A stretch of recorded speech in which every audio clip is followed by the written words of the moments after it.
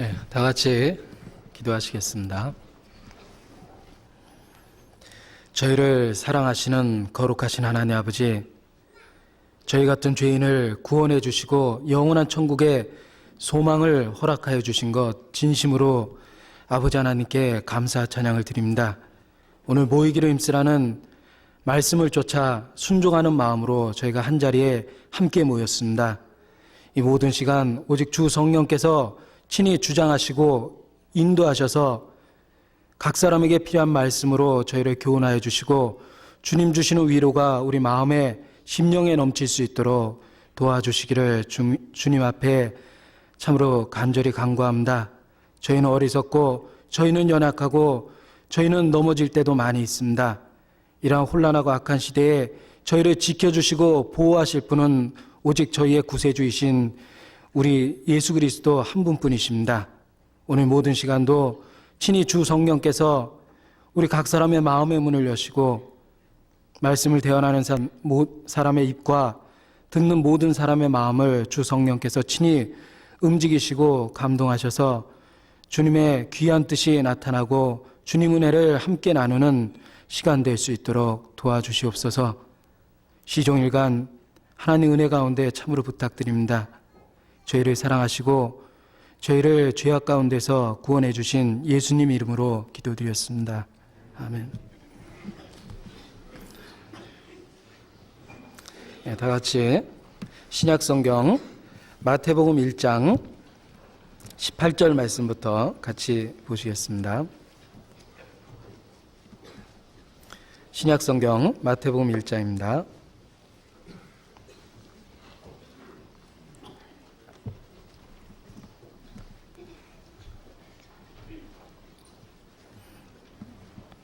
마태복음 1장 18절 말씀부터 제가 읽겠습니다. 예수 그리스도의 나심은 이러하니라. 그 모친 마리아가 요셉과 정혼하고 동거하기 전에 성령으로 잉태된 것이 나타났더니 그 남편 요셉은 의로운 사람이라. 저를 드러내지 아니하고 가만히 끊고자 하여 이 일을 생각할 때 주의 사자가 현몽하여 가로되 다윗의 자손 요셉아, 내 아내 마리아 데려오기를 무서워 말라. 저에게 잉태된 자는 성령으로 된 것이니라. 아들을 낳으리니 이름을 예수라 하라. 이는 그가 자기 백성을 저희 죄에서 구원할 자이심이라 하니라. 이 모든 일에 된 것은 주께서 선지자로 하신 말씀을 이루려 하심이니 가라스되. 23절, 24절 두 절을 같이 읽도록 하겠습니다. 보라, 처녀가 잉태하여 아들을 낳을 것이요 그 이름은 임마누엘이라 하리라 하셨으니 이를 번역한즉 하나님이 우리와 함께 계시다 함이라. 요셉이 잠을 깨어 일어나서 주의 사자의 분부대로 행하여 그 아내를 데려왔으나 아들을 낳기까지 동침치 아니하더니 낳음의 이름을 예수라 하니라. 네. 마태복음 1장 말씀은 아마 가장 많이 본 그 성경 중에 하나라고 생각합니다. 예전에 하나님의 말씀을 깨닫기 전에 그 습관적으로 교회 다니던 그런 시절에도 새롭게 결심할 때가 있습니다. 야, 내가 성경을 좀 봐야 되겠다. 성경을 한번 읽어봐야 되겠다라는 그 결심과 함께 늘 그 마태복음 1장을 처음에 그 펼쳤던 기억이 납니다. 그러나 읽으면서 그 처음부터 시작된 말씀이 그 족보 이야기입니다. 누가 누구를 낳고 하는 이야기 속에 그 마태복음 1장을 제대로 끝까지 다 읽어본 적이 별로 없습니다. 또 성경책을 덮었다가 또다시 새롭게 결심할 때 또 이제 성경을 읽어봐야 되겠다고 이왕 볼 거니까 처음부터 봐야 되겠다. 또 이렇게 펴서 마태복음 1장을 읽다 보면 역시 또 그 낳고 하는 이야기 속에서 계속 그 어떤 읽지 못하는 어려움을 발견합니다. 이게 무슨 뜻인지도 모르겠고 왜 성경에 이러한 내용으로 시작하는지를 이해도 할 수가 없었습니다. 대개 어떤 책은 그 시작은 아주 흥미진진하게 사람의 관심을 끌 수 있는 이야기로 시작을 합니다. 그런데 성경은 그 당시 제가 보기에는 너무 그 지루하고 사람의 흥미를 전혀 자극하지 못하는 족보로부터 시작한다는 게 이해가 되질 않았습니다. 그런데 어느 날 참으로 하나님의 살아계심을 깨닫고 또 그 복음을 깨닫고 이 성경을 볼 때 마태복음은 새롭게 보이기 시작했습니다. 아브라함과 다윗의 자손 예수 그리스도의 세계라. 그 마태복음의 시작, 마태복음 1장 1절의 말씀은 이 성경을 읽고 싶은 마음을 내 마음에 가득 그렇게 심어놨던 그런 걸 경험을 합니다. 그래서 나의 구세주 예수 그리스도의 세계, 그가 어떻게 내게까지 와닿고 그분이 어떻게 내게 나한테까지 그 복음이 다다랐는가, 이 말씀 마태복음 1장 1절 그 시작의 말씀은 내게 큰 관심을 불러일으키고 이 성경을 읽고 싶은 굉장한 그 마음을 불러일으켰습니다. 그리고 족보는 너무도 자연스럽게 읽어졌고 그 족보 가운데 하나님이 오랫동안 나의 구원을, 나의 구세주를 예비하셨고 그리고 구세주의 그 태어남을 준비하셨고 하나님의 계획 가운데 이루어졌다라는 섭리도 발견하게 됐습니다. 결국은 나의 구원도 우연히 이루어진 것이 아니고 하나님이 오래 참으셨고 오랫동안 계획하셨고 그리고 나를 인도해 오신 어떤 그 내가 살아온 시간 가운데 하나님의 손길을 이 족보 가운데서 또 조금이나마 느낄 수가 있었습니다. 그리고 이 말씀을 더욱더 연구하는 가운데 이 마태복음 1장의 족보에 그 죄인들의 이름이 여러 등장하고 있다는 것도 알게 됐습니다. 원래 유대인은 여자의 이름을 족보에 넣지 않습니다. 게다가 부정한 경우 또 부정한 이방 여자의 이름을 족보에 기록할 리는 더더욱 없습니다. 그러나 예수님의 족보 마태복음 1장에 부정한 여인들의 이름이 등장하고 있습니다. 그 네 사람의 여인 이름이 등장하는데 유다는 다말, 자기 며느리의 이름이 등장하죠. 다말이라는 며느리 이름이 등장하는데 유다는 자기 며느리로부터 베레스와 세라를 낳았다라고 되어 있고 그리고 살몬은 라합이라는 여리고성의 기생의 이름 또 등장하고 있습니다.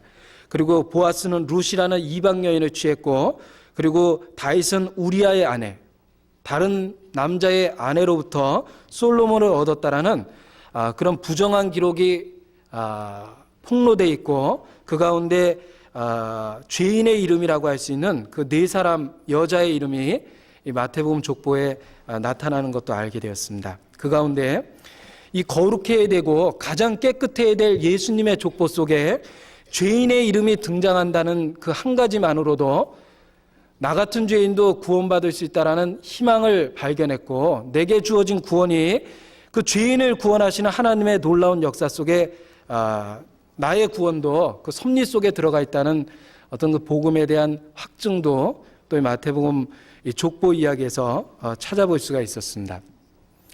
이 족보, 아브라함과 다윗의 자손 예수 그리스도의 세계라고 하는 예수님의 족보는 결국은 나를 구원하신 예수 그리스도가 우연히 내게 주어진 존재가 아니고 하나님이 오래전부터 준비하고 예비되었던 그 결과라는 것도 알게 되었고 그리고 이 족보 속에 등장하는 그 죄인들의 이름 속에서 바로 나 같은 죄인이 구원받을 수 있다라는 또 다른 한 신뢰를 본 것 같은 그런 기쁨도 맛보았습니다.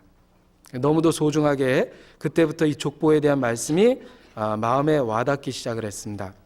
자, 마태복음 1장은 아브라함과 다윗의 자손 예수 그리스도의 세계라는 믿음의 조상 아브라함부터 시작된 예수 그리스도를 그 족보의 시작, 그 이야기로부터 기록되고 그리고 이제 18절 말씀에 그 예수님의 태어났던 그 사건을 구체적으로 기록을 했습니다. 그래서 18절 말씀 보면 예수 그리스도의 나심은 이러하니라 그러셨습니다. 그래서 예수님의 탄생에 대해서 구체적으로 이제 그 말씀을 해주고 계십니다. 18절에 보면 예수 그리스도의 나심은 이러하니라. 그 모친 마리아가 요셉과 정혼하고 동거하기 전에 성령으로 잉태된 것이 나타났더니 그랬습니다. 20절 말씀. 이를 생각할 때 주의 사자가 현몽하여 가로되 다윗의 자손 요셉아 내 아내 마리아 데려오기를 무서워 말라. 저에게 잉태된 자는 성령으로 된 것이라. 나의 구세주는 사람의 아들로 등장한 게 아닙니다. 남자의 후손, 남자 여자라는 생리적인 법칙에 의하여 이 세상에 나타나신 것이 아니라 하나님의 초자연적인 역사인 성령으로 처녀의 몸에 잉태케 되는 그 초자연적인 역사를 통해서 나의 구세주가 이 세상에 왔다라는 것을 이야기하고 계십니다. 처녀가 잉태했다라는 것은 상식적으로 이해하기 어렵습니다. 그건 현실적으로 불가능하고 있을 수 없는 그런 일이라고 생각을 합니다. 그러나 하나님께는 능치 못할 일이 없다고 그랬습니다. 하나님은 그러한 일을 하실 수 있습니다. 하나님은 처녀의 몸에서 잉태케 할 수 있다라고 생각을 합니다. 그리고 하나님은 그 일을 하셨습니다. 왜냐하면 아담의 부정한 혈통이 아니라 우리를 구원하시는 구세주는 죄가 없으셔야 되는 분이었습니다. 그분은 아담과는 상관없는 다른 혈통을 택하셔야만 했습니다. 그는 성령으로 잉태돼서 이 세상에 오시는 길을 택하신 겁니다. 왜냐하면 나의 죄를 구속하시기 위해서, 나의 죄를 대신 지시기 위해서 그는 죄가 없는 혈통이 필요했다라고 말씀하십니다. 그가 우리 죄를 없이 하려고 나타나신 바 된 것을 너희가 아나니 그에게는 죄가 없느니라 그러셨습니다. 하나님께서 죄를 알지도 못하신 자로 우리를 대신하여 죄를 삼으셨다 그랬습니다. 예수님은 죄를 알지도 못하셨습니다. 그에게는 죄가 없다라고 하나님의 말씀은 분명하게 선언했습니다. 그분은 아담의 혈통이 아닌 깨끗한 죄가 없는 새로운 혈통으로 이 세상에 나셔야만 됐습니다. 왜? 죄인을 대속하기 위해서 그렇게 하셨다라고 생각합니다. 그래서 처녀의 몸에 잉태돼서 이 세상에 오셨습니다. 어떤 그 독실한 믿음을 갖고 있는 그 크리스찬 의사에게 어떤 사람이 물어봤답니다. 당신도 성경에 나오는 처녀가 아이를 낳았다는 이야기를 믿느냐? 믿는다고 대답을 했답니다. 그랬더니 만일 어떤 여자가 당신에게 찾아와서 나도 성령으로 잉태됐다고 주장하기 시작한다면 진짜 그걸 믿을 수 있겠습니까? 라고 다시 물어봤대요. 그랬더니 그 크리스찬 의사가 대답하기를, 만약 평범한 어떤 여자가 내게 와서 자기가 성령으로 잉태됐다고 주장한다면 나는 그것을 믿지 못할 것입니다. 그러나 만일에 그 아이가 자라나서 물로 포도주를 만들고 바다 위를 걸어다니고 폭풍과 바람을 잔잔케 하고 죽은 자를 살리고 또 죽은 지 3일 만에 부활했다면 나는 그 사실을 보고 그 여자가 참으로 처녀의 몸으로 초자연적인 방법으로 잉태됐다는 것을 그제서야 믿게 될 거라고 생각한다. 그렇게 얘기했단다.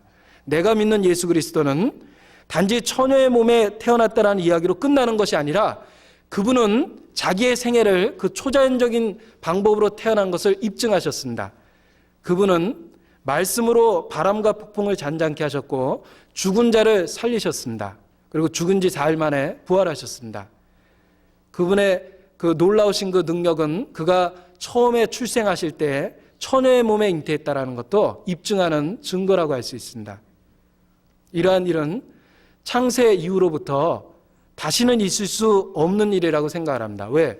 예수님은 죄를 대신 지시기 위하여 처녀의 몸에 잉태됐고 다시 이러한 일을 반복할 필요는 없습니다.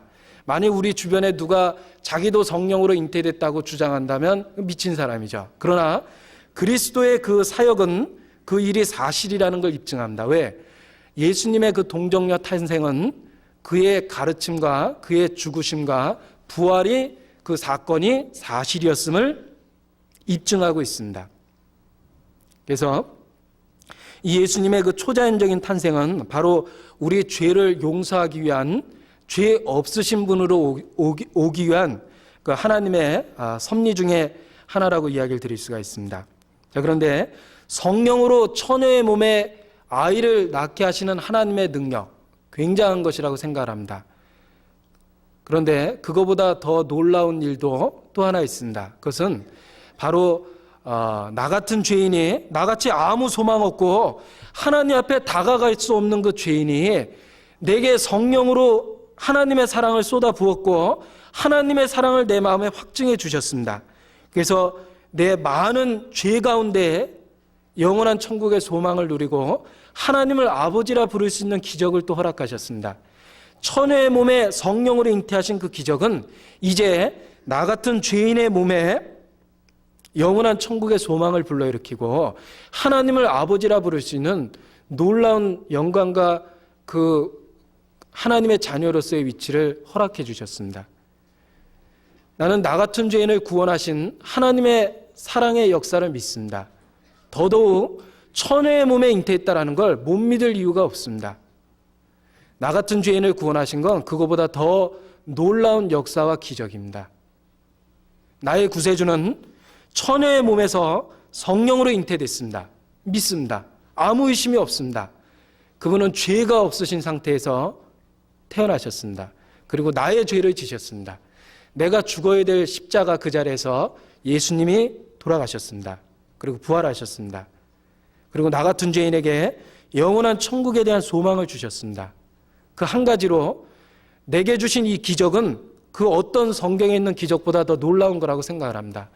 저는 성경에 나오는 그거보다 더 작은 기적들, 예수님이 죽은 자를 살리시고 바람과 폭풍우를 잔잔케 했고 오병이어의 기적을 베풀었고 구약에 나오는 태양과 달을 멈췄고 바닷물을 무더기같이 세우셨고 다 믿습니다. 왜? 그거보다 더 놀라운 기적이 내게 이루어졌기 때문에 그렇습니다. 내가 구원받을 때 내 죄가 하나님의 사랑으로 용서됐다는 그 성령의 음성을 들었을 때 성경의 모든 내용들은 너무나 자연스럽게 믿어지기 시작했습니다. 아무 의심이 없습니다. 이거보다 훨씬 더 큰 기적이 내 안에 이루어졌기 때문에 그렇다고 생각합니다. 나의 주님은 처녀의 몸에 성령으로 잉태되셨습니다. 두말할 거 없습니다. 나는 그 말을 믿습니다. 아무 의심 없습니다. 그래서 이 처녀의 몸에 성령으로 잉태됐다는 그 기적도 놀랍지만 우리 같은 죄인을 구원하신 하나님의 구원의 역사는 더욱더 놀라운 역사라고 그렇게 표현을 할 수 있다고 생각합니다.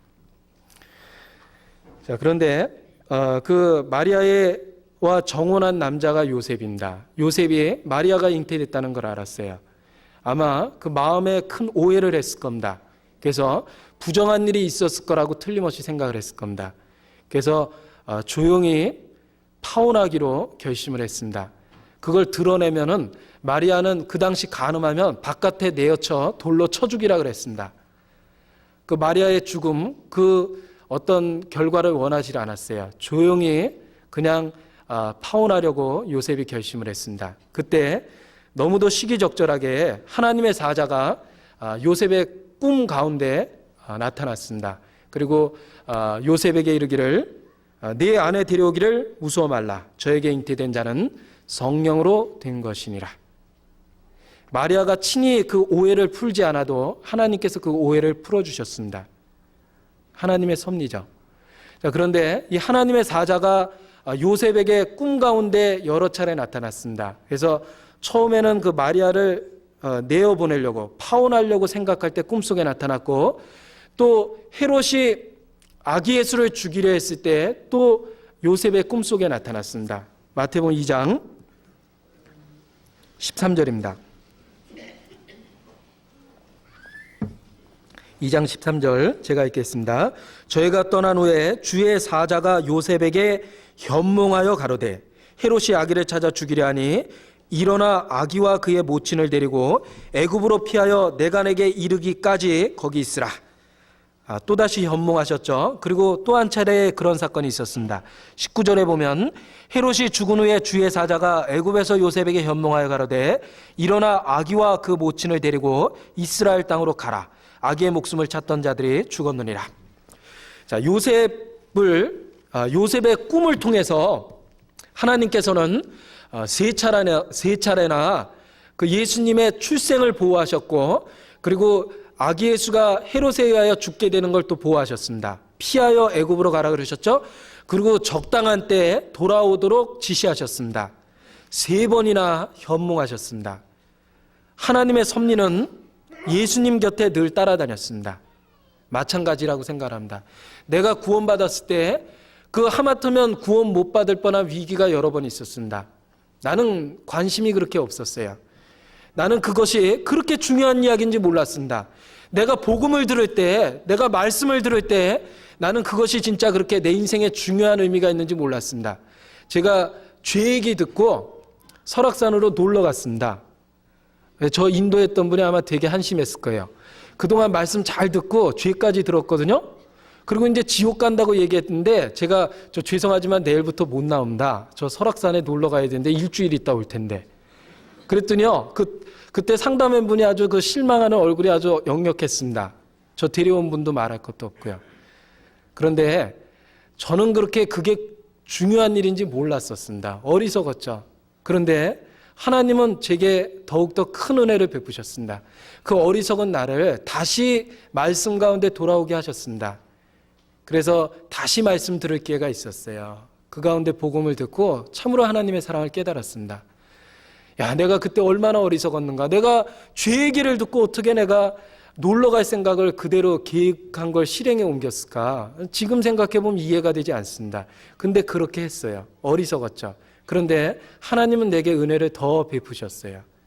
그런 나를 더 강권하셨고 다시 하나님 말씀 앞에 나올 수 있도록 도와주셨습니다.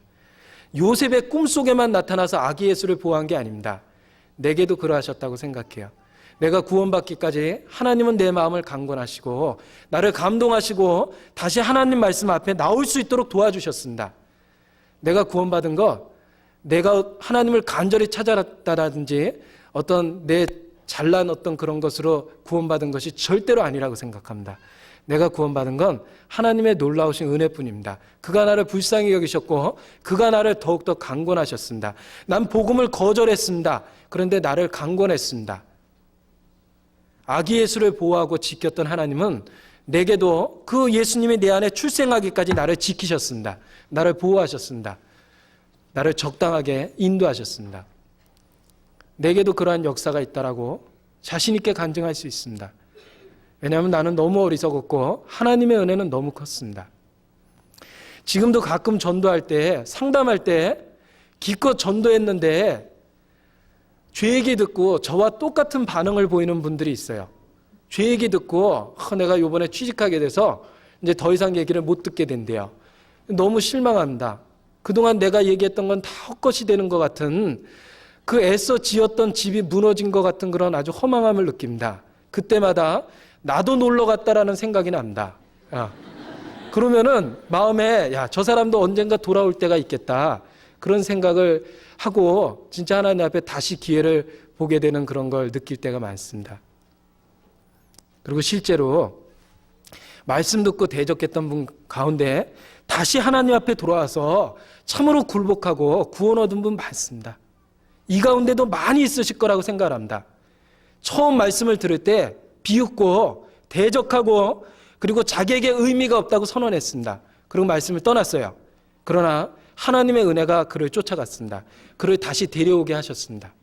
그리고 말씀을 들었습니다. 변화를 받았어요. 우리 가운데 진짜 하나님의 은혜가 넘쳐서 구원받은 분 많습니다. 간절히 찾고 찾아서 찾은 분도 있지만 하나님의 은혜가 넘치고 넘쳐서 그 피하여 도망가는 그를 쫓아갔고 그의 마음을 감동하시고 그를 다시 돌아오게 하는 하나님의 섭리도 많이 있었습니다. 그래서 우리가 복음 전할 때 혹 실망할 때 있습니다. 내가 그렇게 정성을 쏟아붓고 하나님 앞에 간절히 기도했는데 그 사람의 반응이 현찮을 수 있습니다. 그러나 오래 참으신 하나님을 생각해 보시고 나에 대해서 오래 참으신 하나님 각자 생각해 보십시오. 다시 하나님 앞에 용기도 생기고 새롭게 기다릴 수 있는 인내도 배웁니다. 그래서 이 아기 예수가 태어나기까지 보호하셨던 하나님의 섭리, 그리고 아기 예수를 주기로 했을 때 보호하셨던 하나님의 역사, 그리고 그를 다시 적당한 시기에 이스라엘로 돌아오게 하신 그 하나님의 섭리는 지금도 우리 각 사람의 구원의 역사 속에 반복되고 있다고 생각합니다. 우리는 그 동일한 은혜 마음에 느낄 수 있습니다. 21절 말씀입니다. 마태복음 1장 21절입니다. 제가 읽겠습니다. 아들을 낳으리니 이름을 예수라 하라. 예수라는 말은 하나님이 구원하신다. 하나님의 구원이란 그런 뜻을 갖고 있습니다. 이는 그가 자기 백성을 저희 죄에서 구원할 자이심이라 하니라 그랬습니다. 자, 여기 예수님이 태어날 때 아들을 낳으리니 그랬죠. 이름을 예수라 하라 그랬습니다. 예수님의 이름은 하나님이 직접 지어주셨습니다. 주의 천사를 통해서 하나님이 직접 지어주신 겁니다. 하나님이 이름을 지어주셨다라는 건 하나님이 그 사람의 생애의 목적을 정했다라는 그런 의미이기도 합니다. 예수 그리스도의 생애의 목적은 바로 구원입니다. 하나님이 구원하신다라는 그 구원의 역사를 이루는 것이 예수님이 이 세상에 오신 목적입니다. 그래서 하나님께서 친히 이름을 지어주신 겁니다. 하나님께서 이름을 지어주셨다는 건 생애의 목적을 지정해 주시는 것, 그리고 하나님께서 예수님의 이름을 직접 지어주신 것은 바로 그분이 우리를 구원할 자이시라는 그 뜻을 우리에게 분명히 증거한 그러한 역사라고 생각합니다. 아들을 낳으리니 이름을 예수라 하라 그랬습니다. 구원이란 뜻입니다. 하나님이 우리를 구원하신다는 말입니다. 예수라 하라. 이는 그가 자기 백성을 저희 죄에서 구원할 자이심이라 그랬습니다. 예수님은 우리 죄에서 우리를 구원하시는 자입니다. 그런데 우리 주변에 있는 수많은 사람들이 예수님을 잘못 알고 있습니다. 많은 사람들이 예수님을 어떻게 알고 있냐면 자기의 현실적인 문제를 해결해 주는 사람이라고 생각합니다. 유대인들은 그 당시 로마의 속박으로부터, 로마의 압제로부터, 가이사의 그 통치로부터 자기들을 구원해 주실 분이라고 예수님을 생각을 했습니다. 그 당시 유대인들은 예수님을 현실적이고 정치적인 문제를 해결해 주는 그리스도로 생각했습니다. 지금 많은 거듭나지 못한 사람들, 예수님을 가난한 사람은 자기에게 많은 부를 안겨줄 축복의 근원이라고 생각을 합니다. 질병 가운데 고통받고 있는 사람은 예수님이 자기 병에서 구원할 자라고 생각합니다. 가정의 불화를 겪고 있는 사람은 예수님이 자기 가정 불화를 해결해 주는 사람이라고 생각을 합니다. 그러나 하나님은 말씀하십니다. 예수님은 우리를 죄에서 구원할 자라고 그러셨습니다. 우리가 가장 중요한 예수님의 의미를 바꿔서는 안 되고 잊어버려서도 안 된다고 생각합니다. 예수님은 나를 죄악 가운데서 구원해 주는 분이십니다. 나의 현실적이고 고통을 겪고 있는 모든 면, 개인적인 면을 해결해 주는 분이 아니라 가장 근본적으로 나를 죄악 가운데서 구원해 주는 분이십니다. 먼저 우리가 예수님을 만날 때 먼저 우리가 자기를 죄에서 구원해 주는 예수님을 만나야 돼요. 근데 수많은 사람들이 죄에서 구원해 주는 예수님을 만나본 적은 없습니다. 자기 병을 고쳤던 기적의 하나님 만났다고 주장하죠. 자기에게 환상을 주었던 예수님 만났다고 생각합니다. 자기에게 방언의 은사를 준 예수님 만났다고 주장하죠. 그러나 죄를 구원해 주는 예수님 만난 적이 없습니다. 그 사람은 예수님 보지도 못한 사람이에요. 예수님은 우리를 죄에서 구원해 주는 분이십니다. 요즘 사람들이 믿는 예수님은요, 마치 인형극에 나오는 꼭두각시 있죠. 꼭두각시 인형을 어린아이가 붙들고 조종하는 대로 움직입니다. 팔을 들라 그러면 들고 고개를 움직이라면 움직이죠. 인형은 자기 마음대로 움직일 수 있죠. 요즘 사람들이 믿는 예수가 바로 그런 인형, 자기 마음대로 자기의 욕심을 들어주는 그런 예수 인형을 믿는 거와 마찬가지예요. 성경에 있는 예수님이 아닙니다. 자기 딴에는 하나님과 동행한다고 생각하죠. 자기가 예수님을 잘 안다고 생각하죠. 예수님은 그를 모르십니다. 왜? 예수님은 우리를 죄에서 구원해 주시는 분입니다. 그 죄로부터 구원하시는 예수님을 만나본 적이 없다면 그 사람은 예수님 모르는 사람입니다. 하나님은 선언하셨습니다.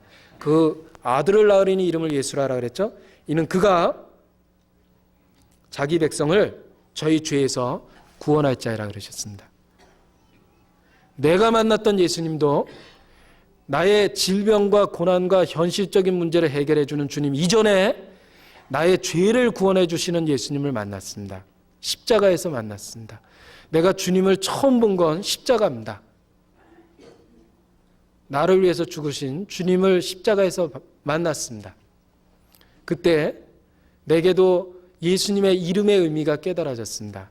하나님이 구원하신다. 예수님, 나의 구원이셨습니다. 나를 죄에서 구원하셨습니다. 내가 만났던 예수님도 마태복음 1장 21절에 하나님이 선언하신 바로 죄에서 구원하시는 예수님이셨습니다. 그리고 모든 것이 해결됐어요. 이제 현실적인 모든 문제, 내가 갖고 있는 개인적인 모든 고통은 이제 예수님이 다 담당하셨습니다. 나의 죄를 구원하실 때 그 안에 모든 것이 있었어요. 그러나 내 주변에 많은 분들이 믿는 예수님 속에서 그 죄를 구원하시는 예수님을 볼 수 없습니다. 그들에게는 늘 기적의 예수님이에요. 그들에게는 늘 병 고치는 예수님입니다. 환상을 보여주셨던 예수님, 방언의 은사를 주신 예수님. 그러나 그 사람의 생애와 간증 속에 자기 죄에서 구원해 주신 하나님이 말씀하신 그리스도는 없습니다.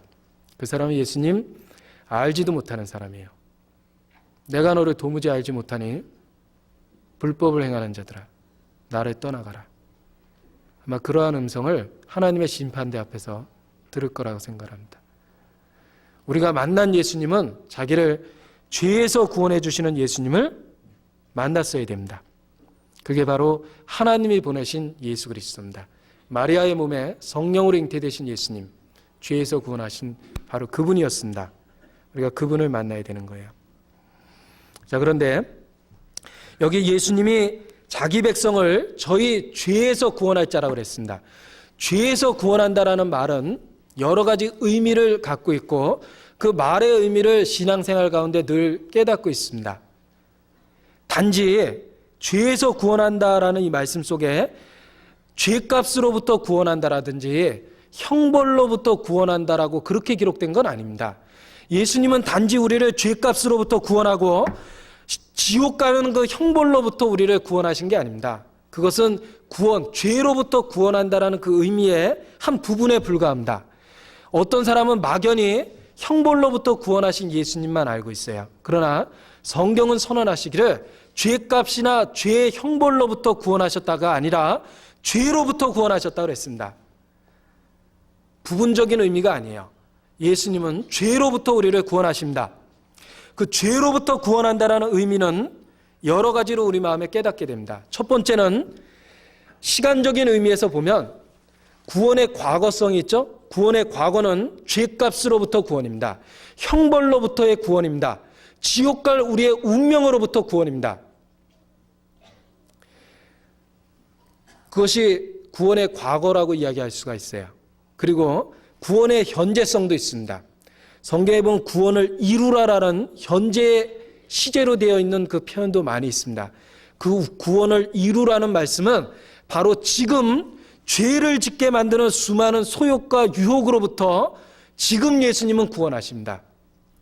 옛날 과거에는 죄값으로부터 지옥 갈 나의 운명으로부터 구원하셨지만 지금 예수님은 내게 어떻게 역사하시냐면 죄를 짓는 모든 환경과 죄를 짓는 모든 유혹으로부터 나를 구원하십니다. 죄로부터 구원하시는 예수님이세요.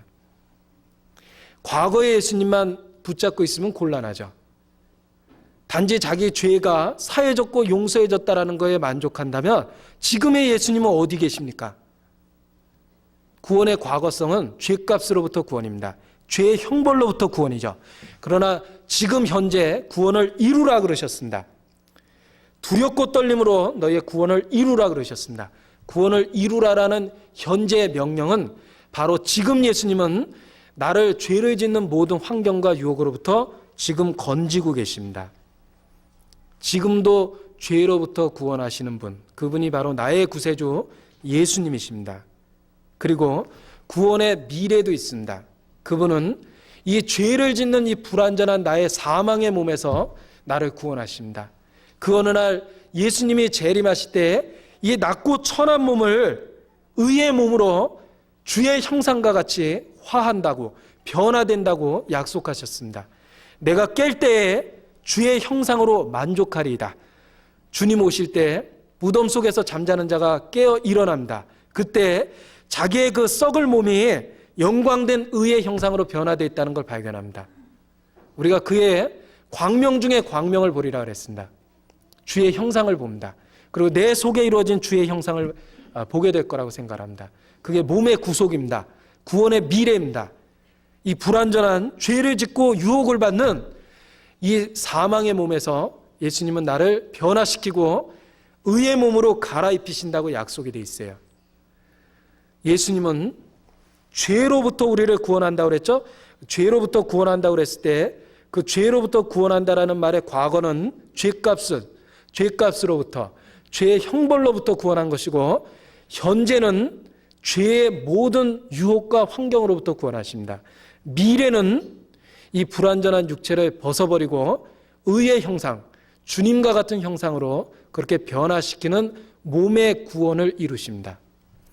여기에 예수님을 죄에서 구원할 자라고 이야기하실 때는 그러한 과거, 현재, 미래의 모든 내용을 우리에게 다 같이 가르치시고 교훈하시고 있다고 생각합니다. 나의 지난 날을 돌아보면 십자가부터 출발합니다. 내가 몇 년 몇 월 며칠 태어난 건 아무 의미가 없어요. 그땐 죄악 가운데 태어났습니다. 죄를 물마신 같이 짓고 그냥 살았어요. 아무 소망 없었습니다. 아무 의미도 없었습니다. 그냥 전도서 1장에 나오는 말씀 그대로예요. 헛되고 헛되며 헛되고 헛되니 모든 것이 허망했습니다. 아무 의미를 찾아볼 수 없었습니다. 내가 지금 나의 생애를 이렇게 돌아보면 제일 출발점은 십자가가 보입니다. 그때 내가 구원을 받았어요. 하나님 앞에 거듭났습니다. 그때 내 인생이 비로소 시작된 거예요. 그때 죄 값으로부터 나를 구원했습니다. 지옥 갈 나를 구원해 줬습니다. 죄싹은 사망이라고 그랬는데 바로 그 사망의 결과, 둘째 사망으로부터 나를 건져주셨습니다. 사망에서 생명으로 옮겼느니라 심판에 이르지 아니하나니 그랬습니다. 너희가 구원을 얻은 것이라 그랬습니다. 그 말씀 그대로 너희 죄가 사함을 입었느니라. 죄를 용서받았습니다. 그게 구원의 과거예요. 그럼 지금은 어떻습니까?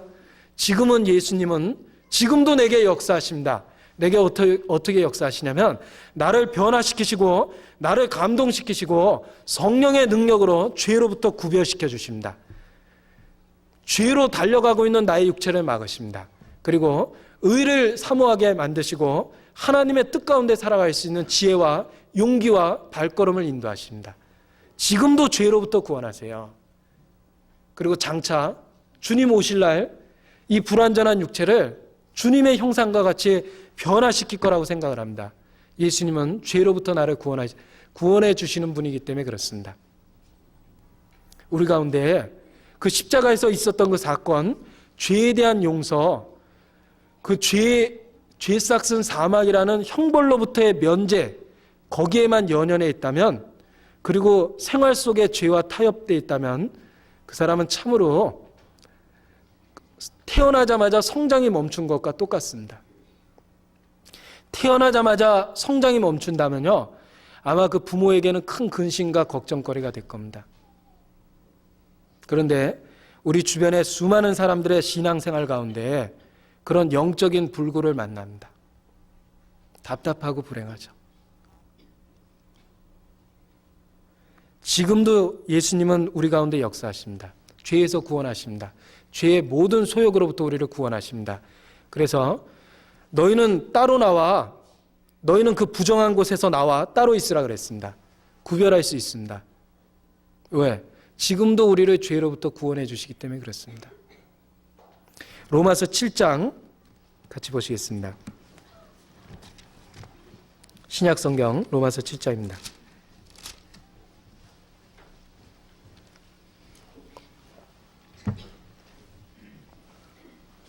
로마서 7장 18절 말씀입니다. 내 속 곧 내 육신에 선한 것이 거하지 아니하는 줄 아노니 원함은 내게 있으나 선을 행하는 것은 없노라. 선을 행할 능력이 없다 이렇게 돼 있죠. 자, 내 속, 내 육신에 선한 것이 거하지 아니하는 줄 안다 그랬습니다. 진짜 거듭난 사람, 하나님 앞에 가까이 가본 사람은요, 자기가 얼마나 타락되어 있고 자기 안에 선한 것이 없는 줄 잘 압니다. 하나님께 멀리 있는 사람은요, 자기가 거룩하고 자기가 의롭고 자기가 그래도 하나님 보시기엔 괜찮다고 착각 속에 살아갑니다. 그러나 하나님께 가까이 가본 사람, 진짜 성령이 내 마음에 계시다면 자기 죄가 그대로 다 드러납니다. 자기 안에 선한 것이 거하지 않는다는 걸 잘 압니다. 죄인 중에 내가 괴수라 그랬죠? 진짜 그렇습니다. 왜? 다른 사람의 죄는 드러난 것만 알아요. 소문난 죄만 알죠? 자기 죄는 어떻습니까? 은밀히 행하는 수많은 생각과 수많은 오고 가는 수많은 나쁜 생각 있죠? 그 죄 자기가 잘 압니다. 하나님 앞에서 그거 바라본 적 있습니까? 절망합니다. 어쩔 줄 모릅니다. 선한 것이 없습니다. 하나님께 가까이 가본 사람만이 그걸 아는 거예요. 우리가 대통령이 멀리 있으면은요, 대통령이 멀리 있으면 뭐 임금 없는 데선 나라님도 욕한다고 그러잖아요. 그 임금 없는 곳엔 임금 욕도 합니다. 대통령 없으면은요, 뭐 친구들끼리 앉아서 말을 함부로 해요. 뭐 김영삼이 어쩌고 저쩌고 영삼이가 어쩌고 저쩌고 막 그러죠. 근데 진짜 여기 대통령 각하께서 와 계십니다. 그 앞에서 그렇게 얘기할 사람 있어요? 아마 주눅 들려가지고 입도 못 열 거예요.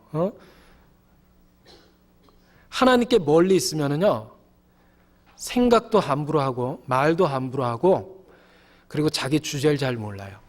자기가 거룩한 줄 압니다. 자기가 의로운 줄 착각합니다. 형제자매들이 충고하면 자기가 괜한 오해를 받고 있다고 생각합니다. 진짜 그럴까요? 하나님 앞에서 자기를 한번 봐보세요. 말할 것도 없고 말로 표현할 수 없는 타락된 존재입니다. 하나님 앞에 있기에는 너무너무 두렵고 타락된 존재가 바로 우리 자신입니다. 그런데 하나님께 가까이 가본 사람이 많이 그걸 압니다.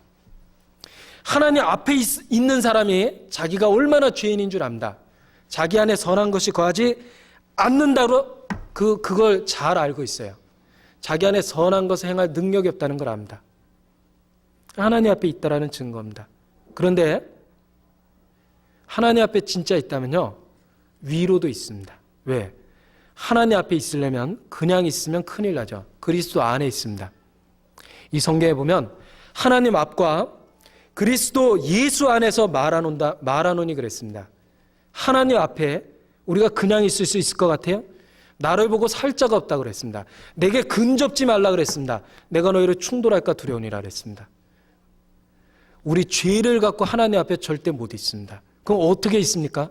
그리스도 예수 안에 있습니다. 그래서 당당하게 있는 거예요. 담대하게 있는 겁니다. 은혜의 보좌에 어여치 서 있습니다. 왜? 하나님의 거룩하심을 알고 내가 얼마나 죄인인 줄 알지만 그리스도 예수 안에 있습니다. 그래서 당당한 거예요. 담대합니다. 하나님 앞과 그리스도 예수 안, 진리입니다. 우리가 하나님 앞에 어떻게 서 있습니까? 내가 매일매일 하나님 앞에 어떻게 기도로 아뢰을 수 있습니까? 그리스도 예수 안에서 그렇게 하는 겁니다. 나를 구원하신 그 그리스도 안이라는 곳 안에서 내가 하나님 앞에 서 있는 겁니다. 우리가 하나님 앞에 서 있을 때 자기의 죄를 철저히 봅니다. 그게 얼마나 양심에 가책이 되는지 아마 신앙생활 가운데 다 느끼실 겁니다. 우러러볼 마음도 사라졌다 그랬습니다. 내 상처가 썩어 악취가 난다 그랬습니다. 내가 죽게 우러러볼 마음도 사라졌다 그랬어요. 그 기도하는 그 순간에조차도 하나님을 모욕하고 하나님을 회방하는 수많은 생각이 우리를 사로잡습니다. 우러러볼 마음도 사라집니다. 그런데 기적이 나타났어요. 그리스도 예수 안에서 담대하게 하나님께 외칠 수 있습니다. 그건 아주 놀라운 기적입니다. 하나님 앞에 우리 같은 죄인이 서 있습니다. 당당하게 서 있습니다. 담대하게 서 있습니다. 어떻게? 그리스도 예수 안에서 그렇습니다. 기적입니다.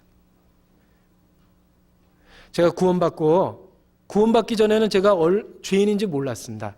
전 제가 굉장히 의롭고 착한 줄 알았습니다. 난 아주 평범하다고 생각했습니다. 그런데 구원받고 보니까 그만한 죄인이 없습니다. 성경에 있는 역사 속에서 있는 어떤 죄인보다도 내 안에 수많은 죄의 가능성이 있다는 걸 알았어요. 절망했습니다. 어떻게 해야 될지 몰랐어요. 그런데 그리스도 예수 안에서, 그래서 내게 십자가가 필요하다는 걸 다시 한번 마음에 깨달았습니다. 내가 이제 예수님을 떠나는 건 있을 수 없습니다. 예수님을 부인하는 것 더더욱 있을 수 없습니다. 왜? 이제 예수님은 나의 생명이십니다. 내가 하나님 앞에 설 수 있는 것 예수님 때문에 서 있습니다. 그리스도 예수 안에 감춰져 있습니다. 그래서 죄는 있는데 은혜가 넘쳤습니다. 이 성경에 이르시기를 죄가 있는 것에 은혜가 넘친다고 그랬는데 그게 무슨 말인 줄 알았어요. 내 죄에 대한 걸 보면 볼수록 너무너무 괴로웠는데 그 가운데 하나님의 은혜가 넘쳤습니다. 예수님의 못 박힌 손과 발이 보이는 듯 했습니다. 너희에게 평강이 있을지어다 그랬죠? 나 같은 죄인에게 평강을 전하셨습니다. 이제 예수님은 나의 생명이십니다. 끊을래야 끊을 수 없는 거예요. 내가 예수님을 부인하는 건 내 목에 밧줄을 걸고 자살하는 것과 똑같습니다. 절대로 분리될 수 없습니다. 그리스도 예수 안에 있습니다. 그런데 이 죄에 대한 자각, 자기 죄가 발견될 때요, 얼마나 괴로운지 모릅니다. 근데 거기에만 머물러 있으면 안 됩니다. 왜냐하면 가룟 유다도 죄 때문에 괴로워했죠. 어떤 중들도 돌을 닦으면요, 양심의 가책을 느낍니다. 그러나 그들과 그리스도인이 다른 것이 있습니다. 그리스도인은 죄를 똑같이 느끼되 은혜가 넘칩니다. 그러나 가룟 유다는 은혜를 배척했어요. 이 세상의 수많은 양심주의자들, 율법주의자들, 죄에 대한 자각은 할지 몰라도 예수님께 돌아오지 않고 은혜를 배척합니다. 그게 다른 거예요. 나는 죄를 느끼지만 예수님의 은혜를 또한 받아들였습니다. 이제 은혜가 넘칩니다. 그리고 이제 발견되는 내 안의 상황, 새로운 상황을 알게 됐습니다. 그 상황이 뭐냐면 바로 내 안에 죄도 있고 하나님의 뜻을 행하고자 하는 새로운 마음도 있다는 걸 발견했어요. 내 안에 두 가지 마음이 있다는 걸 알게 됐습니다. 하나님이 태초에 빛을 비추시니까 빛과 어둠이 나뉘어졌죠. 빛을 낮이라 칭하시고 어둠을 밤이라 칭하셨는데 예수님이 내 마음에 오셨을 때 흑과 백이라는 빛과 어둠이라는 명백한 구별이 생겼습니다.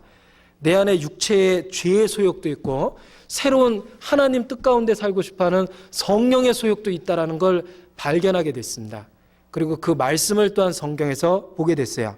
그게 로마서 7장 21절입니다. 7장 21절. 그러므로 내가 한 법을 깨달았노니 곧 선을 행하기 원하는 나에게 악이 함께 있는 것이로다. 내가 한 법을 깨달았다 그랬죠? 자기 안에 하나님의 뜻대로 행하고자 하는 선과 그리고 육체의 소욕인 죄가 함께 있다는 걸 발견한 거예요. 22절. 내 속사람으로는 하나님의 법을 즐거워하되 내 지체 속에서 한 다른 법이 내 마음의 법과 싸워 내 지체 속에 있는 죄의 법 아래로 나를 사로잡아 오는 것을 보는도다 그랬습니다. 자기 안에 하나님 뜻대로 행하고자 하는 소원이 있어요. 하나님 뜻대로 참으로 살고 싶습니다. 그런 소원이 간절합니다. 그런데 자기 몸 안에 또 다른 죄의 법이 있습니다. 내가 원하지 않는 생각을 불러일으킵니다. 내가 원하지 않는 죄를 짓게 유혹합니다. 내 마음의 죄를 속삭입니다.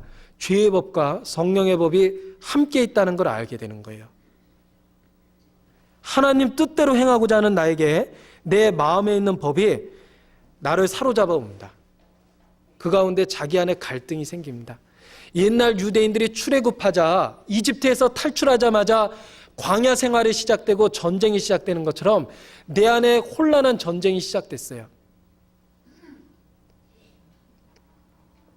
아마 자기 안에 있는 그런 갈등 공감하시는 분이 많다라고 생각합니다. 그런데 그 자기 안에 있는 갈등과 영적인 전쟁, 육체와 성령의 소욕의 싸움 가운데 바로 답이 이 말씀 가운데 붙어 있습니다. 여기 보세요. 제가 23절에 다시 읽겠습니다. 내 지체 속에서 한 다른 법이 내 마음의 법과 싸워 내 지체 속에 있는 죄의 법 아래로 나를 사로잡아 오는 걸 보는도다. 오라나는 공고한 사람이라 이 사망의 몸에서 누가 나를 건져내랴. 그렇게 외쳐본 적 있습니까? 그런데 그 외치는 그 음성 가운데 정답이 붙어 있어요. 바로 붙어 있습니다. 우리 주 예수 그리스도로 말미암아 하나님께 감사하리로다 그랬습니다. 누가 이 사망의 몸에서 나를 건져내랴 부르짖었습니다. 정답이 붙어 있어요. 우리 주 예수 그리스도로 말미암아 내가 하나님께 감사하리로다 그랬습니다. 그 죄의 소욕이 나를 사로잡아 올 때 그리스도의 은혜를 발견합니다. 내가 우리 주 예수 그리스도로 말미암아 하나님께 감사한다 그랬어요. 갈등도 있지만 답도 있습니다. 죄가 있는 곳에 은혜가 넘친다 그랬어요. 우리 주 예수 그리스도로 말미암아 내가 하나님께 감사한다. 죄의 모든 갈등과 유혹을 그리스도께서 해결하십니다. 그래서 죄에서 구원하는 자이십니다. 아들을 낳으리니 이름을 예수라 하라 그랬죠? 이는 그가 자기 백성을 저희 죄에서 구원할 자이시라. 지금도 구원하십니다.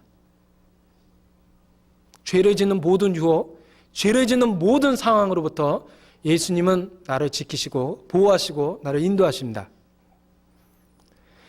갈등과 답은 붙어 있습니다. 어떤 사람이요, 로마서 7장이 구원받기 전의 과정이랍니다.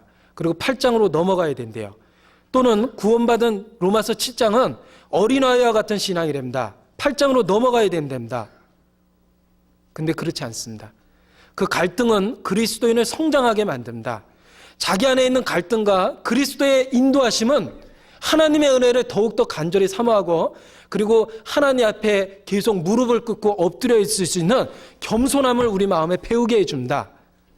우리 안에 있는 죄는 하나님 앞에 우리가 늘 겸손해야 될 것을 가르쳐 주시고 하나님의 사랑이 얼마나 크고 넓고 그 길이가 얼마나 굉장한 것을 우리에게 깨닫게 도와주십니다.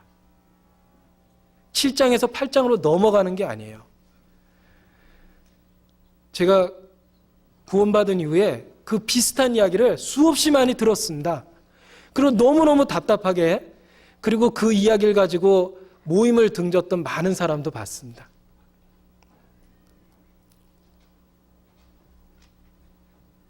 그렇지 않습니다. 죄가 있는 곳에 은혜가 넘칩니다.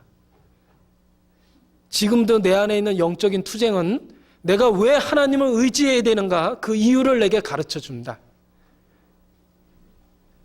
그리고 내가 하나님 앞에 왜 겸손해야 되는가 그것이 또 죄의 소욕이 나를 가르쳐 줍니다. 그래서 육신은 탄식하며 근심합니다. 그래서 그 몸의 구속이라는 구원의 미래를 사모하는 거예요. 옛날에는 천국이요, 나무가, 아름다운 나무가 있고 맛있는 과일이 주렁주렁 열려있는 그런 것이 천국이라고 생각했어요. 근데 그렇지 않았어요. 이 죄로 인해 괴로워하는 가운데 천국은 바로 의의 형상을 입고 하나님과 함께 살아가는 것이 천국이라는 걸 알았습니다. 이 죄의 몸을 벗어버리는 게 그게 천국입니다. 이 갈등은 끝이 납니다. 나를 늘 타락시키고 나를 유혹했던 이 죄의 몸을 그날에 철장을 가지고 질그릇 깨뜨리는 것 같이 부서뜨립니다. 사단의 권세는 깨집니다. 의의 몸을 입습니다. 새로운 소망을 갖게 됩니다. 몸의 구속을 간절히 기다리게 됐어요. 평강의 하나님께서 속히 사단을 너희 발 아래 상하게 하시리라. 그것을 위해서 간절히 기도하게 됐습니다. 여기에 나와 있는 갈등은 그리스도인을 성장할 수 있도록 도와준다. 어떤 사람이 갈등이 끝이 났대요. 다 이뤘답니다. 이제는 영에 속했답니다.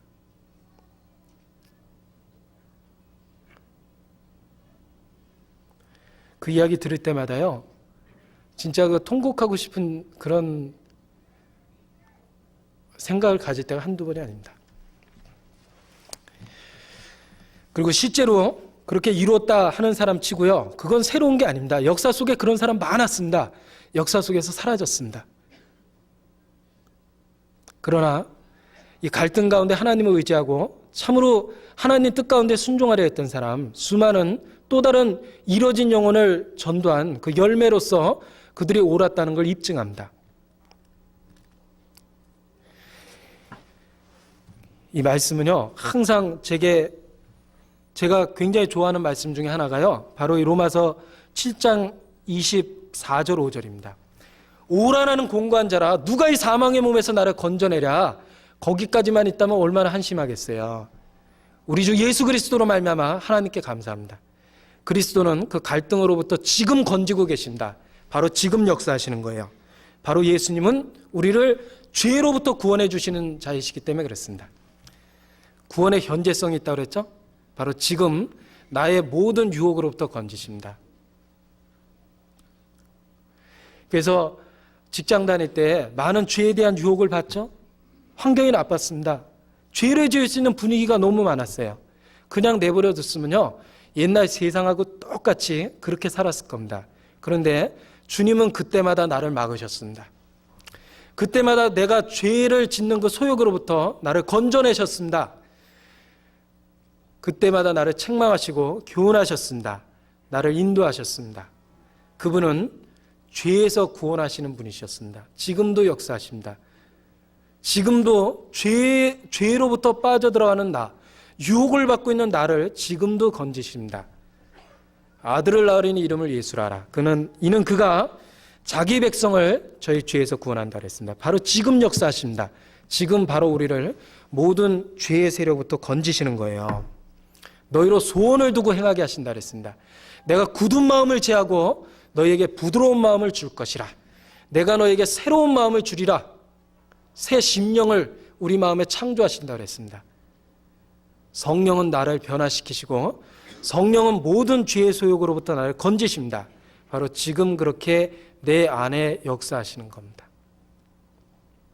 그게 과거에 이루어지는 한 번의 사건이 아닙니다. 지금 바로 이루어지는 구원의 현재성입니다. 그래서 구원을 이루라 그랬습니다. 성령을 따라 살으라 그랬습니다. 성령의 성령을 소멸치 말라 그랬습니다. 바로 지금 역사하시는 거예요. 그게 과거에 한 번에 이루어진 사건처럼 어떤 신령한 상태에 도달했다고 주장한다는 것은요, 잘못된 거라고 생각합니다. 마태복음 1장 보시겠습니다.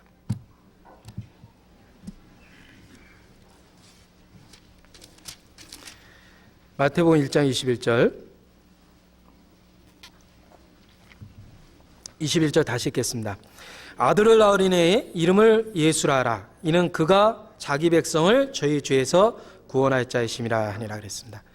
자, 22절 말씀은 제가 읽겠습니다. 이 모든 일에 된 것은 주께서 선지자로 하신 말씀을 이루려 하심이니 가라스되 보라, 처녀가 잉태하여 아들을 낳을 것이요 그 이름을 임마누엘이라 하리라 하셨으니 이를 번역한즉 하나님이 우리와 함께 계시다 함이라 그랬습니다. 자, 우리에게 태어난 구세주의 이름은 예수셨습니다. 그는 우리를 죄에서 구원하시는 분이셨습니다. 그리고 또 다른 이름을 하나님이 주셨습니다. 그 또 다른 이름이 뭐냐면 임마누엘입니다. 하나님이 우리와 함께 계십니다. 자, 우리의 구세주의 이름은 두 가지입니다. 하나는 예수, 구원이란 뜻이죠. 또 하나의 뜻은 임마누엘, 하나님이 우리와 함께 계시다, 그런 뜻입니다. 임마누엘. 임이라는 뜻은 함께라는 뜻이고 마누라는 말은 우리와, 엘이라는 말은 하나님이라는 뜻입니다. 그러니까 임마누엘, 하나님이 우리와 함께 계시다, 이런 뜻입니다. 나의 구세주는 임마누엘이십니다. 하나님이 우리와 함께 계시는 분이십니다. 그 임마누엘이란 말의 뜻을 한번 생각을 해보겠습니다. 첫 번째는 우리의 구세주의 이름이 임마누엘이라는 뜻은 나를 구원하신 그 그리스도는 바로 하나님 자신이십니다. 하나님이 나와 함께 계시는 모습입니다. 예수님은 바로 하나님 자신이셨습니다. 예수님 안에 하나님이 계셨습니다. 예수님께 신성이 있다는 걸 임마누엘이란 말이 증거합니다. 요한복음 1장에 보면 태초에 말씀이 계시니라. 이 말씀이 하나님과 함께 계셨으니 이 말씀이 곧 하나님이시니라 그랬습니다. 그 밑에 14절에 보면 말씀이 육신이 되어 우리 가운데 거하심에 우리가 그 영광을 보니 아버지의 독생자의 영광이요 은혜와 진리가 충만하더라 그랬습니다.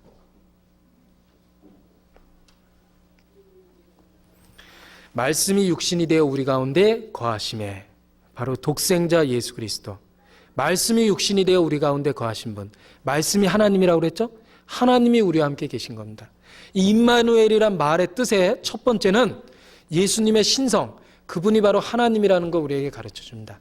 그는 근본 하나님의 본체이시나 하나님과 동등됨을 여길 것으로 취하지 아니하시고 자기를 비어 종의 형체를 가지고 사람들과 같이 되었고 사람의 모양으로 나타나셨다 그랬습니다. 그분은 바로 하나님이셨습니다. 그 의심 많았던 제자 도마도 고백했습니다. 나의 주시며 나의 하나님이시니라 그랬습니다. 예수님은 나의 주십니다.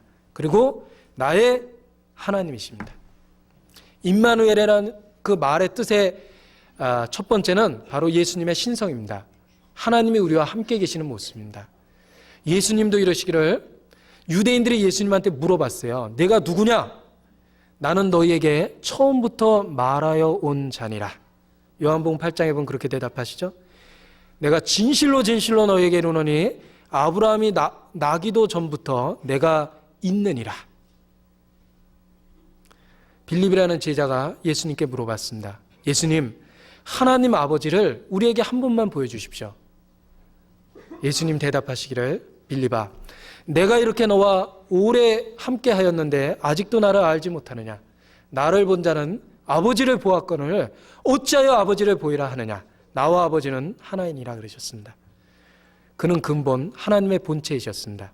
한 아들을 주시고 한 아기를 우리에게 주시는데 그 이름은 기묘자라, 모사라, 전능하신 하나님이라, 영존하시는 아버지라, 평강의 왕이라 할 것임이라 그러셨습니다. 그분이 바로 하나님이셨습니다.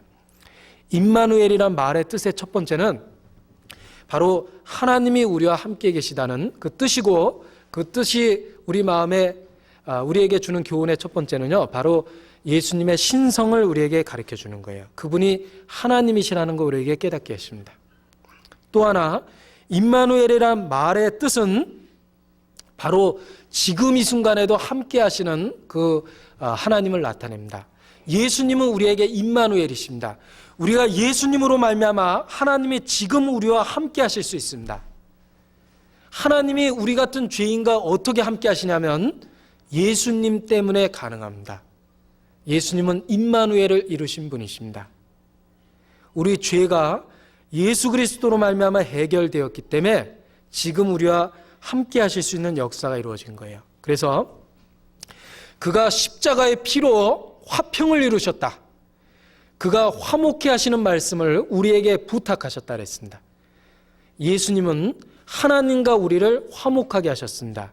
그래서 우리 가운데 거하실 수 있도록 도와주셨습니다. 우리와의 교제를 이루십니다. 예수님의 이름이 임마누엘이란 뜻은 하나님이 우리와 함께 계실 수 있는 화목을 이루신 분이라는 거예요. 그래서 우리가 그리스도로 말미암아 예수님으로 말미암아 화목할 수 있습니다. 하나님과의 사귐이 지금 있습니다. 그래서 임마누엘이라는 말의 뜻은 예수님의 신성을 나타내기도 하고, 그 다음에 우리와 화목해 하시고 우리 가운데 계시는 또 하나님의 모습을 또 나타내시기도 합니다. 그리고 예수님도 친히 이르시기를, 보라, 내가 세상 끝날까지 너희와 항상 함께 있으리라. 내가 너희를 고아와 같이 버려두지 아니하고 너희와 함께 있으리라. 두세 사람이 내 이름으로 모인 곳에 나도 너희들 중에 있다. 우리와 함께 하시는 주님의 모습을 나타냅니다. 우리가 믿는 예수님은 임마누엘이십니다. 멀리 하늘나라에만 계신 분이 아니고 지금 이 순간 하나님이 우리와 함께 계시는 분입니다. 임마누엘이십니다. 지금 우리와 함께 계십니다. 하나님이 지금 이 순간 우리와 함께하고 있다는 걸 생각해 보십시오. 우리의 모든 고통과 고난에 대한 답이 바로 거기 있습니다. 우리와 함께 계시는 하나님, 거기에 답이 있는 거예요.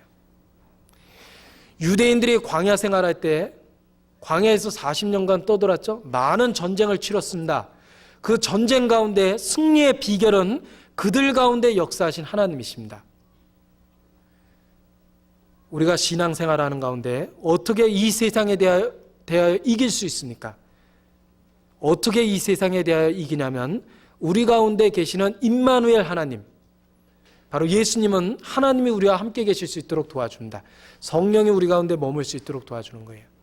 예수 그리스도로 말미암아 성령이 우리 가운데 부어진 겁니다. 임마누엘입니다. 우리의 모든 고난과 우리의 모든 시험과 우리의 모든 어려운 절박한 상황 가운데 바로 답이 있습니다. 임마누엘입니다. 하나님이 지금 이 순간 우리와 함께 계십니다. 하나님께 부르짖어 보십시오. 하나님을 의지하면 거기에 대한 답이 있습니다. 예수님 제자들이 배를 타고 바다를 건너는데 예수님은 한편에서 잠을 주무셨어요. 피곤하셨습니다. 배가 풍랑을 만나서 침몰하게 됐습니다. 그들이 할 수 있었던 노력은 다 해봤어요. 그러나 곧 배가 침몰하게 됐습니다.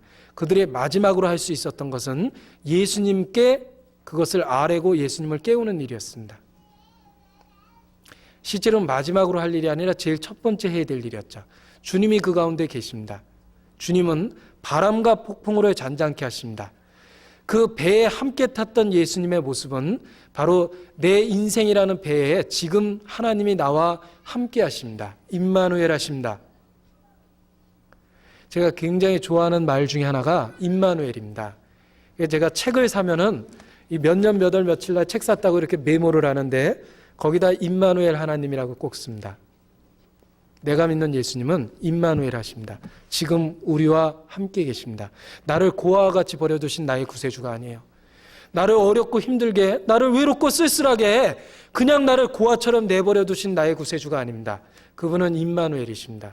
지금 이 순간 나와 함께 계십니다. 그게 얼마나 위로가 되고 얼마나 큰 힘이 되는지 모릅니다. 스데반이 전도했죠. 돌 맞아서 최초의 순교자가 됐습니다. 사람들이 스데반을 둘러싸고 돌을 던지기 시작했습니다. 아마 스데반의 머리에도 맞고 가슴에도 맞고 뼈가 터지고 살이 부서지고 피투성이가 됐을 겁니다. 그 피투성이가 되어가는 과정 가운데 스데반은 원망하지 않았습니다. 기쁨이 충만하여 하늘을 우러러봤습니다. 하늘이 열리고 그 하나님 보좌 앞에 서 있는 예수님을 봤습니다. 보라, 하늘이 열리고 예수님이 하나님 우편에 서 계시다 그랬습니다. 내 영혼을 하나님께 부탁한다 그러면서 스데반은 숨을 거두죠. 스데반의 그 돌 맞아 죽는 그 순간에 임마누엘 하나님은 스데반을 위로하시고 그 고통을 넉넉히 견딜 수 있는 그 능력과 위로를 베푸셨습니다. 우리는 스데반의 용기를 찬양하는 것보단 스데반의 죽음 가운데 그 고통 가운데 기쁨과 찬양을 드렸던 그 하나님을 찬양하는 것이 옳습니다. 스데반의 하나님이 더 위대하죠. 스데반이 위대합니까? 그 고통 가운데 그 영원한 세계의 기쁨을 받던 스데반의 하나님을 찬양합니다. 역사 속에 수많은 순교자들이 있습니다. 그 순교자들을 노래하는 것이 아니라 그 순교자들을 죽음 앞에서 넉넉히 견디게 하셨던 하나님을 찬양해야 됩니다. 고난 가운데 위로를 베푸신 하나님을 찬양해야 됩니다. 우리 각 사람에게도 마찬가지입니다. 우리 가운데 자기가 하나님의 영광을 취하여 받을 사람은 하나도 없습니다. 우리가 하나님께 참으로 감사해야 될 것은 자기를 변화시키는 임마누엘 하나님을 찬양해야 됩니다. 바울이 이르시기를 나의 나된 것은 오직 하나님의 은혜뿐이다 그랬습니다.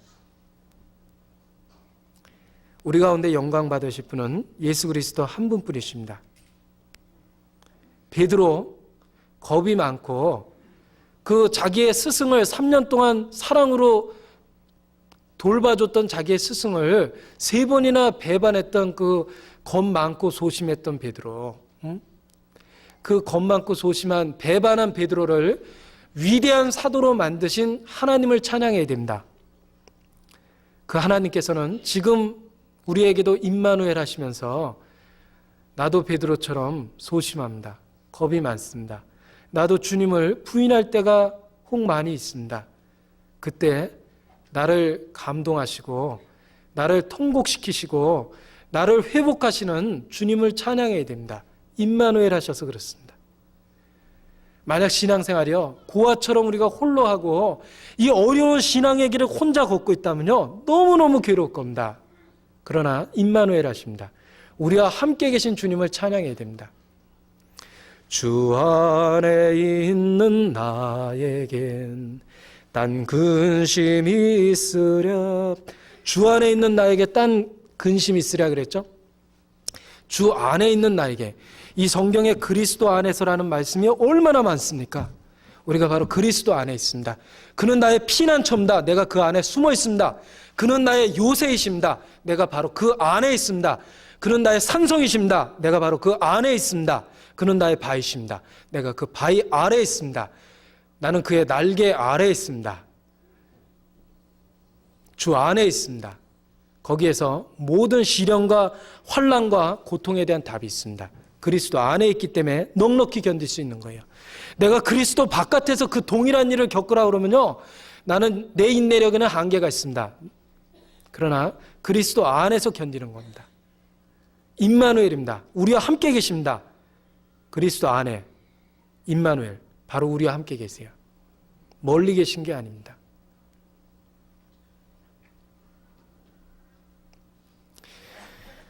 내가 여기 있고 지금 이 건물 안에 내가 여기 있습니다. 그러면 누군가 나를 만나고 싶다면 저 문을 통과해야지만 이곳에 들어올 수 있습니다.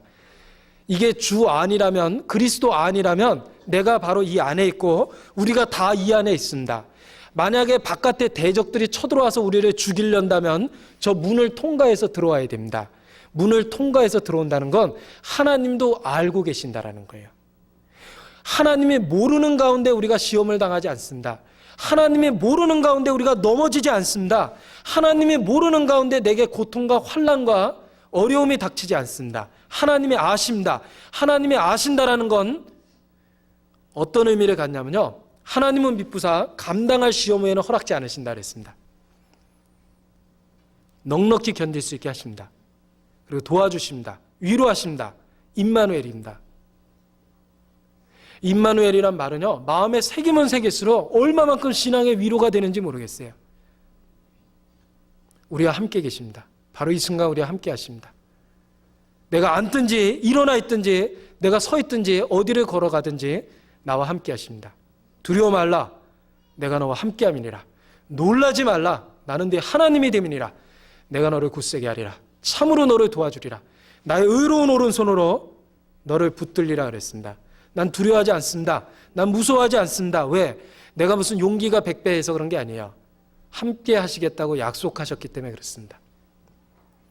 내가 사망의 음침한 골짜기를 다닐지라도 해를 두려워하지 아니할 것은 그 뒤에 답이 있어요. 주께서 나와 함께 하심이라 했습니다. 우리가 사망의 음침한 골짜기 다닐 때 왜 해를 두려워하지 않습니까? 이 세상에 흉악하고 무서운 일이 얼마나 많습니까? 이 세상에 재앙과 불행은 얼마나 많습니까? 근데 왜 무서워하지 않아요? 내가 사망의 음침한 골짜기를 다닐지라도 해를 두려워하지 아니할 것은 주께서 나와 함께 하심이라 그랬습니다. 임마누엘, 우리와 함께 하십니다. 나의 모든 것을 아십니다. 나의 안고 일어섬을 아십니다. 답이 있습니다. 참으로 너를 도와주리라. 두려워 말라 그랬습니다. 내가 믿는 예수님은 죄에서 구원하시는 예수님입니다. 나를 죄로부터 구원하십니다. 그리고 임마누엘 예수님이십니다. 나와 지금 함께 계시는 거예요. 우리가 우리를 구원하신 예수님을 점점 더 알아가는데 신앙의 큰 용기와 힘과 위로를 얻습니다. 그 대표적인 게 바로 죄에서 구원하시는 자, 그리고 또 임마누엘, 바로 우리와 함께 하시는 예수님입니다. 나의 구세주는 죄로부터 구원하시고 그리고 그 어떤 순간이든지 세상 끝날까지 나와 동행하시며 나의 연약함을 도우시는 임마누엘, 나와 함께 하시는 예수님이십니다. 내가 너와 함께함이라. 그 말씀이 이 성경 말씀에서 살아 움직이는 것 같이 여겨질 때가 한두 번이 아닙니다. 두렵고 답답할 때 너무 많습니다. 어떻게 해야 될지 모를 때가 너무 많았습니다.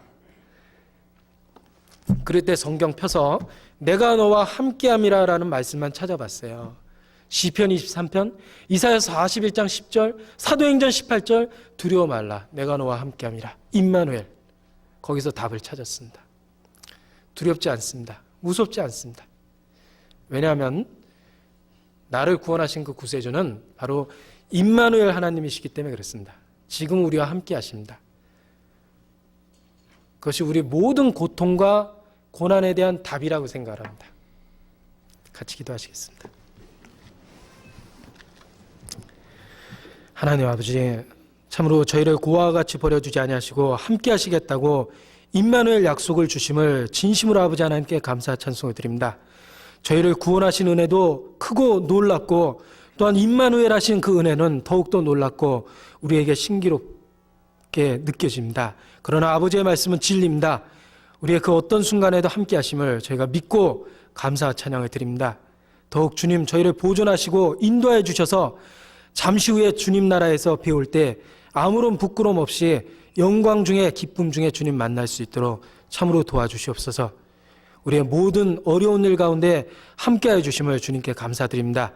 또한 주님을 의지하는 가운데 이 모든 세상의 혼란과 핍박과 어려움을 벗어나서 주님을 더욱 힘있게 찬송할 수 있도록 참으로 도와주시옵소서.